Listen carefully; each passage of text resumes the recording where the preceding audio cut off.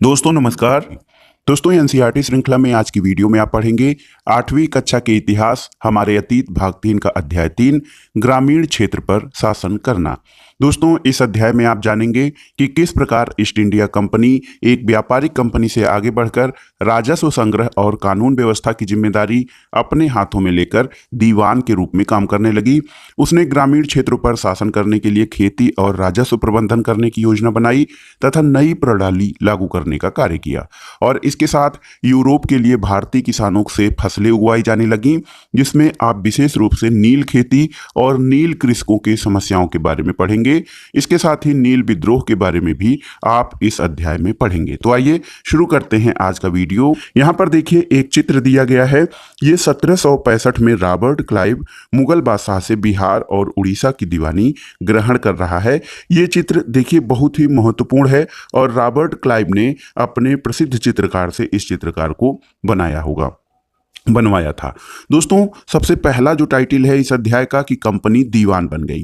तो 12 अगस्त 1765 को मुगल बादशाह ने ईस्ट इंडिया कंपनी को बंगाल का दीवान तैनात किया और इस बात की पूरी संभावना है कि यह घटना मुट्ठी भर अंग्रेजों और हिंदुस्तानियों की मौजूदगी में रॉबर्ट क्लाइव के तंबू में घटी होगी, लेकिन ऊपर दिए गए चित्र में इस घटना को एक भव्य समारोह में दिखाया गया है और यह चित्र उस चित्रकार ने बनाया है जिसे रॉबर्ट क्लाइव ने अपने जीवन की यादगार घटनाओं को चित्रित करने का जिम्मा सौंपा था। बंगाल की दीवानी हाथ में आ जाना अंग्रेजों के लिए बहुत बड़ी घटना थी, क्योंकि बंगाल उस समय बहुत ही महत्वपूर्ण और बड़ा राज्य था और सबसे अधिक राजस्व यहीं से प्राप्त होता था। दोस्तों दीवान के तौर पर देखा जाए तो कंपनी अपने नियंत्रण वाले भूभाग के आर्थिक मामलों की मुख्य शासक बन गई। तो कंपनी अब एक व्यापारिक कंपनी से दीवान बन गई, क्योंकि उसे बंगाल की दीवानी भी हासिल हो गई। यहाँ पर देखिए इस चित्र में मुगल बादशाह ने ईस्ट इंडिया कंपनी को बंगाल का दीवान तैनात किया था और बंगाल की दीवानी जो है ईस्ट इंडिया कंपनी के हाथों में आ जाना बहुत ही महत्वपूर्ण घटना थी। दोस्तों कंपनी अब उसे अपनी जमीन का शासन चलाने और आमदनी को व्यवस्थित करने का रास्ता ढूंढना था।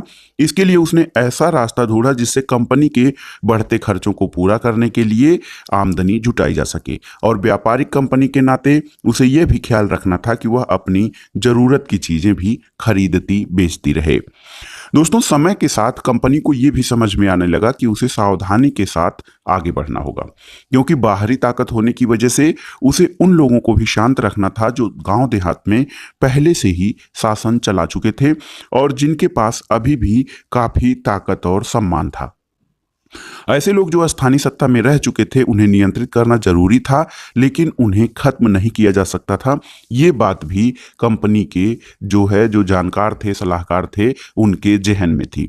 ये काम कैसे हो, तो इस अध्याय में हम उसी के बारे में देखेंगे कि कंपनी ने किस प्रकार से ग्रामीण इलाकों को उपनिवेश बनाया, अपने आय के लिए संसाधन जुटाए और लोगों के अधिकार किस तरह तय किए और मनमाफिक फसलों की खेती कैसे कराई ताकि उनको अधिक से अधिक लाभ हो सके। यहां पर देखिए कंपनी की आमदनी। दोस्तों कंपनी दीवान तो बन गई, लेकिन अभी भी खुद को एक व्यापारी ही मानती थी। कंपनी भारी भरकम लगान तो चाहती थी, लेकिन उसके आकलन और वसूली की कोई नियमित व्यवस्था करने में हिचकिचा रही थी। उसकी कोशिश ये थी कि वह ज़्यादा से ज़्यादा राजस्व हासिल करे और कम से कम कीमत पर बढ़िया सूती और रेशमी कपड़ा खरीदे। इस कारण 5 साल के भीतर बंगाल में कंपनी द्वारा खरीदी जाने वाली चीज़ों का कुल मूल्य दुगुना हो चुका था और 1865 से पहले कंपनी ब्रिटेन में सोने और चांदी का आयात करती थी और इन चीज़ों के बदले सामान खरीदती थी।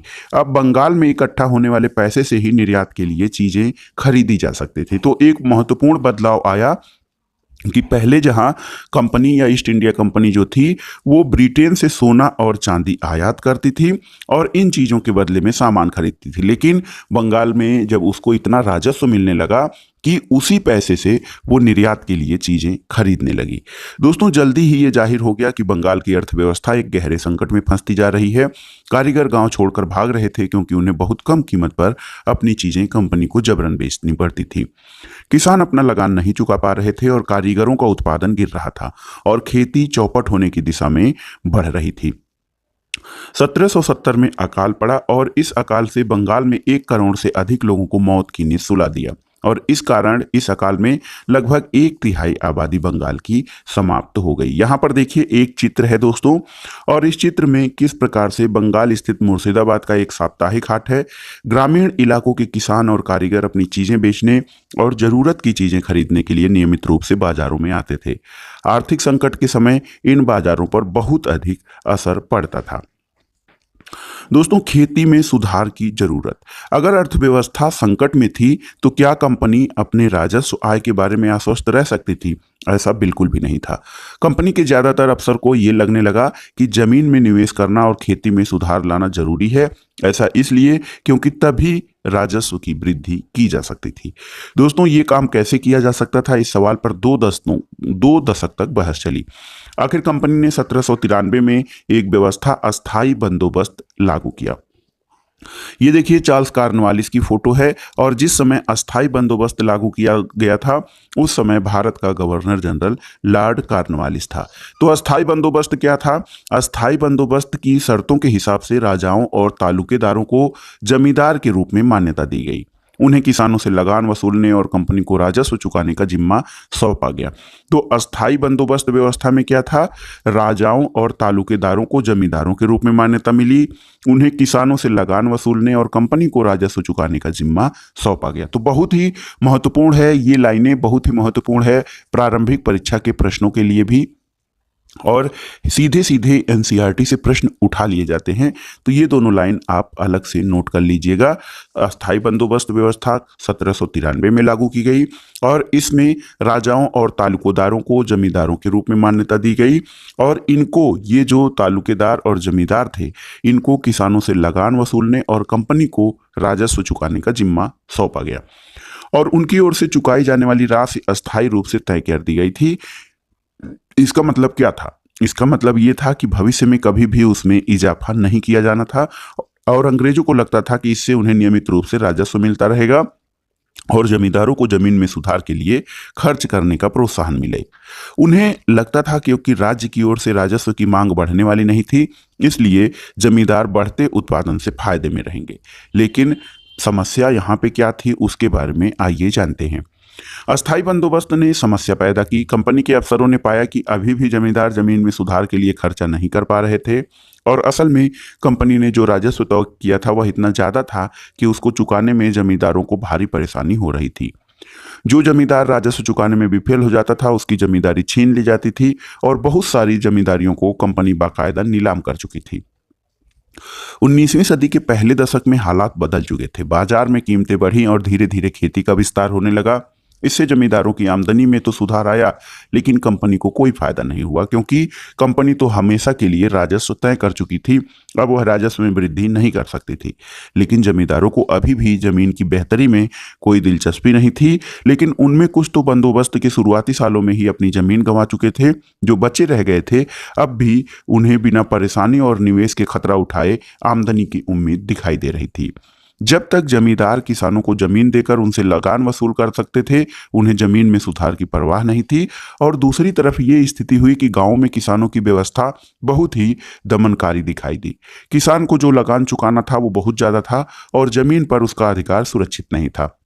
लगान चुकाने के लिए अक्सर वे महाजन से कर्जा लेते थे। अगर लगान नहीं चुका पाते थे तो उन्हें पुश्तैनी जमीन से भी बेदखल कर दिया जाता था। तो अस्थाई बंदोबस्त की इन खामियों के कारण फिर एक नई व्यवस्था की मांग शुरू हुई, या नवीन व्यवस्था के बारे में सोचा जाने लगा। यहाँ पर देखिए बंगाल के रैयत या किसानों पर कोलब्रुक का कथन क्या है कि बंगाल के बहुत सारे गांवों में कोई ताकतवर रैयत खुद खेती नहीं करते थे। वे औरों को पट्टे पर जमीन दे देते और उनसे भारी लगान वसूल करते थे।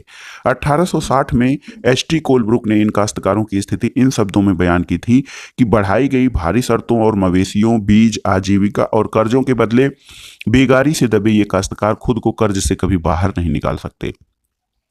जब उन्हें जीने को भी पूरा नहीं मिलता तो ऐसे भयानक हालात में वे दिल लगाकर काम कैसे कर सकते हैं? न ही उन्हें अपनी हालत सुधरने में कोई उम्मीद दिखाई देती थी। तो यहाँ पर बंगाल के किसानों की दीन दशा का वर्णन किया गया है। एक नई व्यवस्था की बात की जाने लगी। 19वीं शताब्दी की शुरुआत में कंपनी के बहुत सारे अधिकारियों को इस बात का यकीन हो चुका था कि राजस्व बंदोबस्त में दोबारा बदलाव लाना जरूरी है।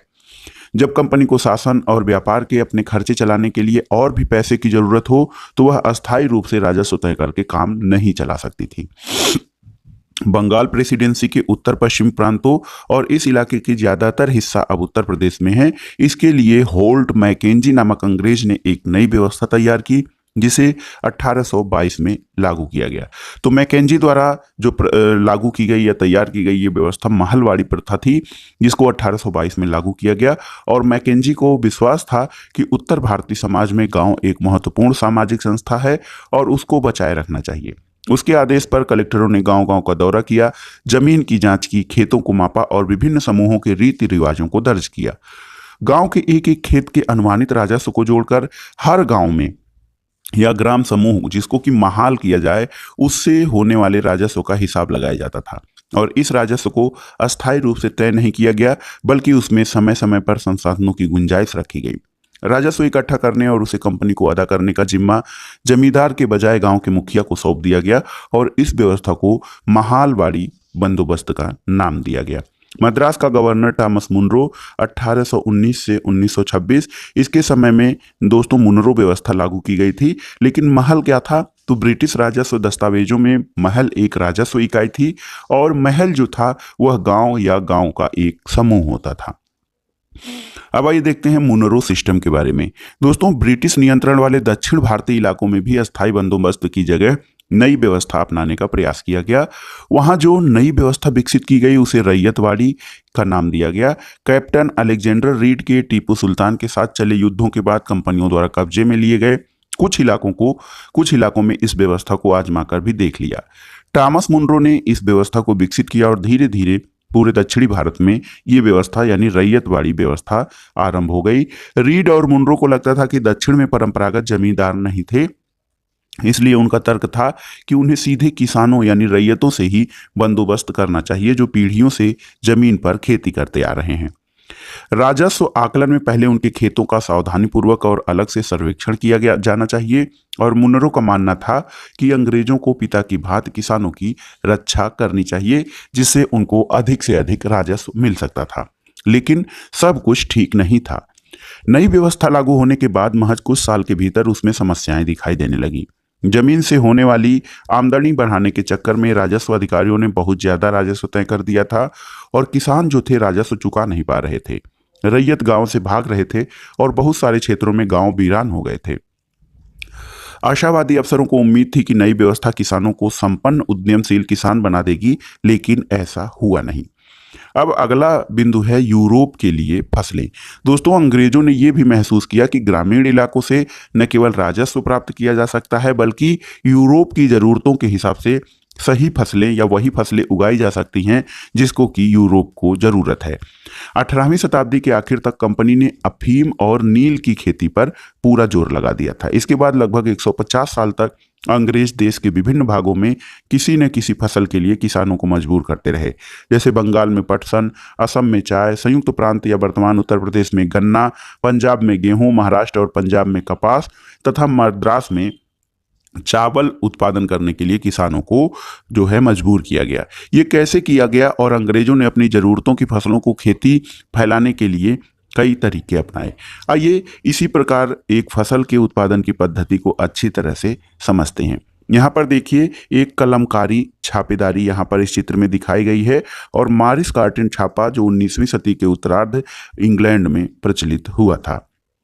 दोस्तों रंगों का कोई इतिहास है क्या? इसके बारे में जानते हैं। दोस्तों सूती कपड़ी के छापों की दो तस्वीरें यहाँ पर दी गई हैं। एक तस्वीर भारत के आंध्र प्रदेश के बुनकरों द्वारा बनाए गए कलमकारी चित्रकला का है और दूसरी तरफ ब्रिटेन के प्रसिद्ध कवि और कलाकार विलियम मॉरिस द्वारा बनाए गए फूल वाले छापे हैं। दोनों छापों में एक बात समान है, दोनों में ही गहरे नीले रंग का इस्तेमाल किया गया है और इसे आमतौर पर नील कहा जाता है। क्या आप जानते हैं कि यह रंग किस तरह पैदा किया गया? दोस्तों इन छापों में आपको जो नीला रंग दिखाई दे रहा है वह नील नाम के एक पौधे से निकाला जाता था। इस बात की काफी संभावना है कि 19वीं सदी के ब्रिटेन में मॉरिस के छापों में इस्तेमाल किया गया नीला रंग भारत में उगने वाले नील के पौधों से ही तैयार किया गया होगा और उस समय भारत दुनिया में नील का सबसे बड़ा स्रोत था। भारतीय नील की मांग क्यों थी? नील तो और जगह पे भी उत्पादित किया जा सकता था, लेकिन भारतीय नील में ऐसी क्या खास बात थी जिससे उसकी मांग थी?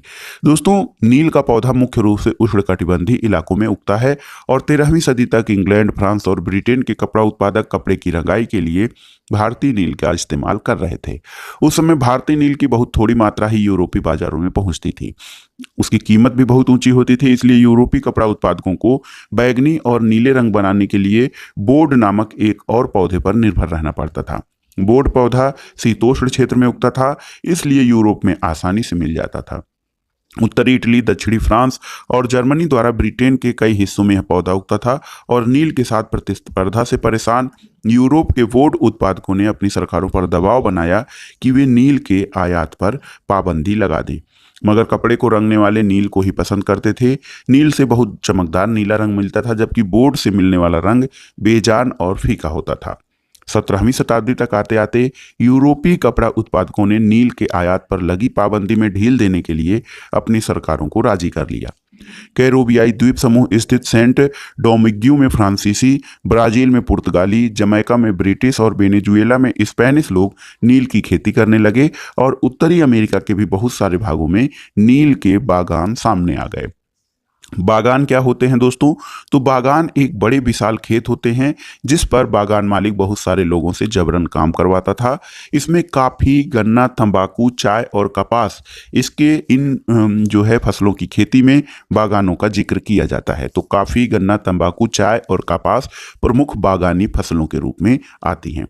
दोस्तों, नील के बारे में जानते हैं कि 18वीं शताब्दी के आखिर तक भारतीय नील की मांग और बढ़ गई। ब्रिटेन में औद्योगिकरण शुरू हो चुका था और उसके कपास उत्पादन में भारी इजाफा हुआ। अब कपड़ों की रंगाई की मांग और तेजी से बढ़ने लगी थी और जब नील की मांग बढ़ी, उसी दौरान वेस्ट इंडीज और अमेरिका से मिलने वाली आपूर्ति अनेक कारणों से बंद हो गई। 1783 से 1789 के बीच में दुनिया का नील उत्पादन आधा रह गया था और ब्रिटेन के रंगरेज अब नील की आपूर्ति के लिए बेचैनी से किसी और स्रोत की तलाश कर रहे थे। और ये नील कहाँ से मिल सकता था? तो इसके लिए भारत में ब्रिटेन की दिलचस्पी बढ़ी। दोस्तों, यूरोप में नील की बढ़ती मांग को देखते हुए ईस्ट इंडिया कंपनी भी भारत में नील की खेती बढ़ाने के रास्ते ढूंढने लगे। 18वीं शताब्दी में आखिरी दशकों से ही बंगाल में नील की खेती तेजी से फैलने लगी थी। बंगाल में पैदा होने वाला नील दुनिया के बाजारों पर छा गया और 1788 में ब्रिटेन द्वारा आयात किए गए नील में भारतीय नील का हिस्सा लगभग 30% था और 1810 में ब्रिटेन द्वारा आयात किए गए नील में भारतीय नील का हिस्सा 95% हो चुका था। तो देखिए किस तरह से केवल बहुत ज़्यादा अंतर नहीं, 30 सालों के अंतर में किस तरह से जो नील का आयात था ब्रिटेन द्वारा, उसमें भारतीय नील का हिस्सा बहुत अधिक यानी 30% से बढ़कर 95% हो गया था। जैसे जैसे नील का व्यापार फैला, कंपनी के अफसर और व्यावसायिक एजेंट नील के उत्पादन में पैसा लगाने लगे और समय बीतने के साथ कंपनी के बहुत सारे अधिकारियों ने नील के अपने कारोबार पर ध्यान देने के लिए अपनी नौकरियां भी छोड़ दी थी।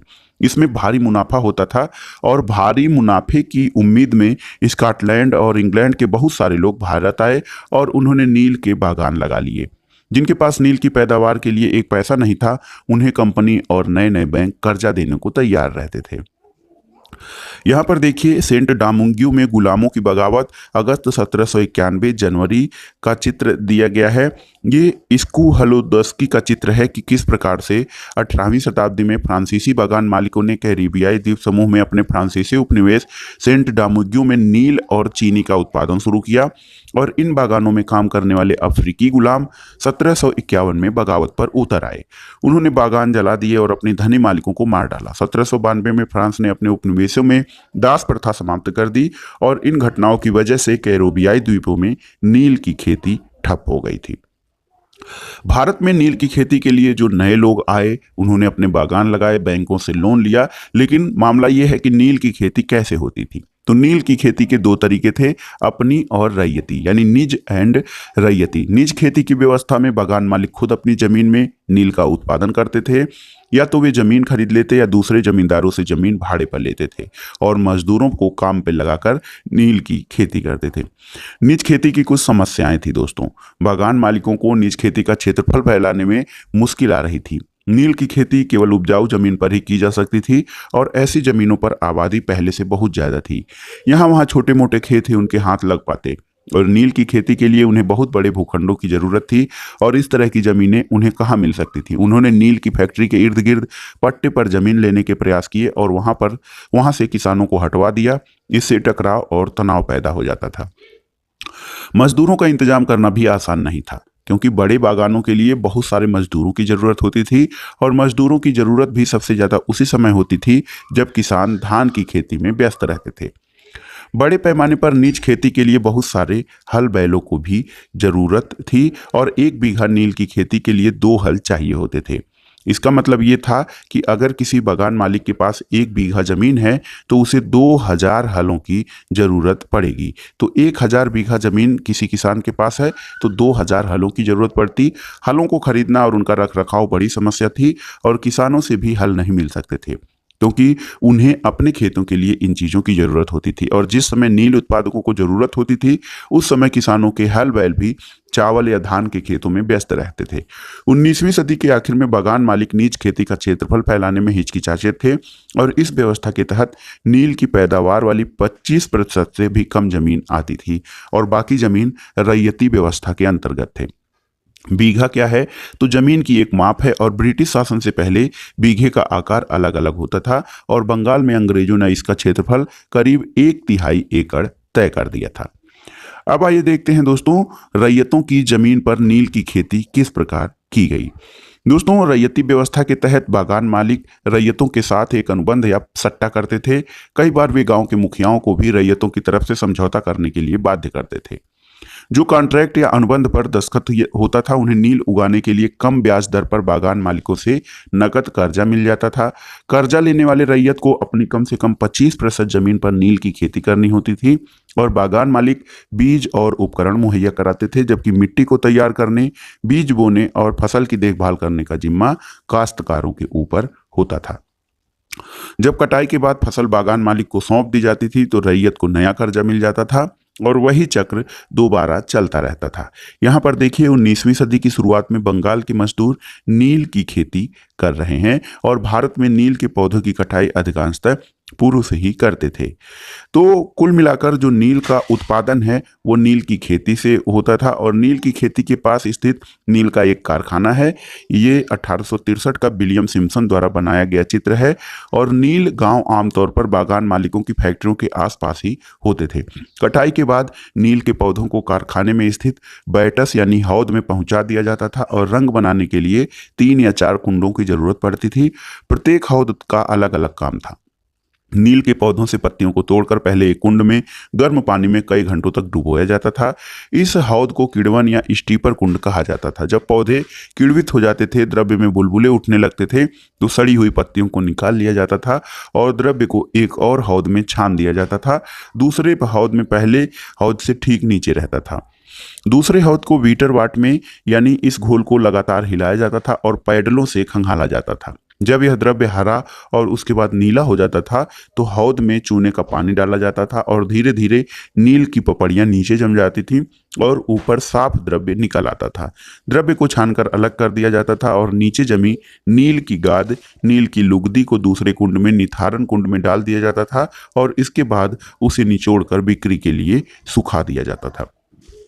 तो यहाँ पर देखिए नील के पौधों को हौद में औरतें ढोकर लाती थीं। हौद में घोल हिलाने वाला यहाँ एक खड़ा नील मजदूर है जो इस्तेमाल करने के लिए पैडल लिए खड़ा हुआ है। इन मजदूरों को 8 घंटे से ज़्यादा समय तक भरे नील के घोल में खड़े रहना पड़ता था और यहाँ पर बिक्री के लिए जब नील तैयार हो जाता था तो उसे बाजारों में या फिर ब्रिटेन के बाजारों में बेच दिया जाता था।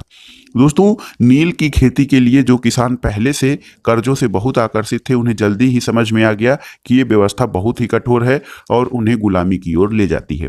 उन्हें नील की जो कीमत मिलती थी वो बहुत कम थी और कर्जों का सिलसिला कभी खत्म नहीं हुआ। समस्याएं और भी थीं क्योंकि बागान मालिक चाहते थे कि किसान अपने सबसे बढ़िया खेतों में नील की खेती करें, लेकिन नील के साथ परेशानी ये थी कि उसकी जड़ें बहुत गहरी होती थी और मिट्टी की सारी ताकत खींच लेती थी। नील की कटाई के बाद वहां धान की खेती भी नहीं की जा सकती थी। लेकिन इसके बाद दोस्तों नील की खेती वाले किसानों में जागरूकता आई, नील विद्रोह की बात उठ गई। मार्च 1859 में बंगाल के हजारों रैयतों ने नील की खेती से इनकार कर दिया। जैसे जैसे विद्रोह फैला, रैयतों ने बगान मालिकों को लगान चुकाने से इनकार कर दिया। वे तलवार, भाले और तीर कमान लेकर नील की फैक्ट्रियों पर हमला करने लगे। औरतें अपने बर्तन लेकर लड़ाई में कूद पड़ी। बागान मालिकों के लिए काम करने वालों का सामाजिक बहिष्कार कर दिया गया और बागान मालिकों की तरफ से लगान वसूली के लिए आने वाले गुमास्ता यानी एजेंटों की पिटाई की गई। रैयतों ने कसम खा ली कि न तो वे नील की खेती के लिए कर्जा लेंगे, न ही बागान मालिकों के लठियालों यानी लाठीधारों गुंडों से डरेंगे ही।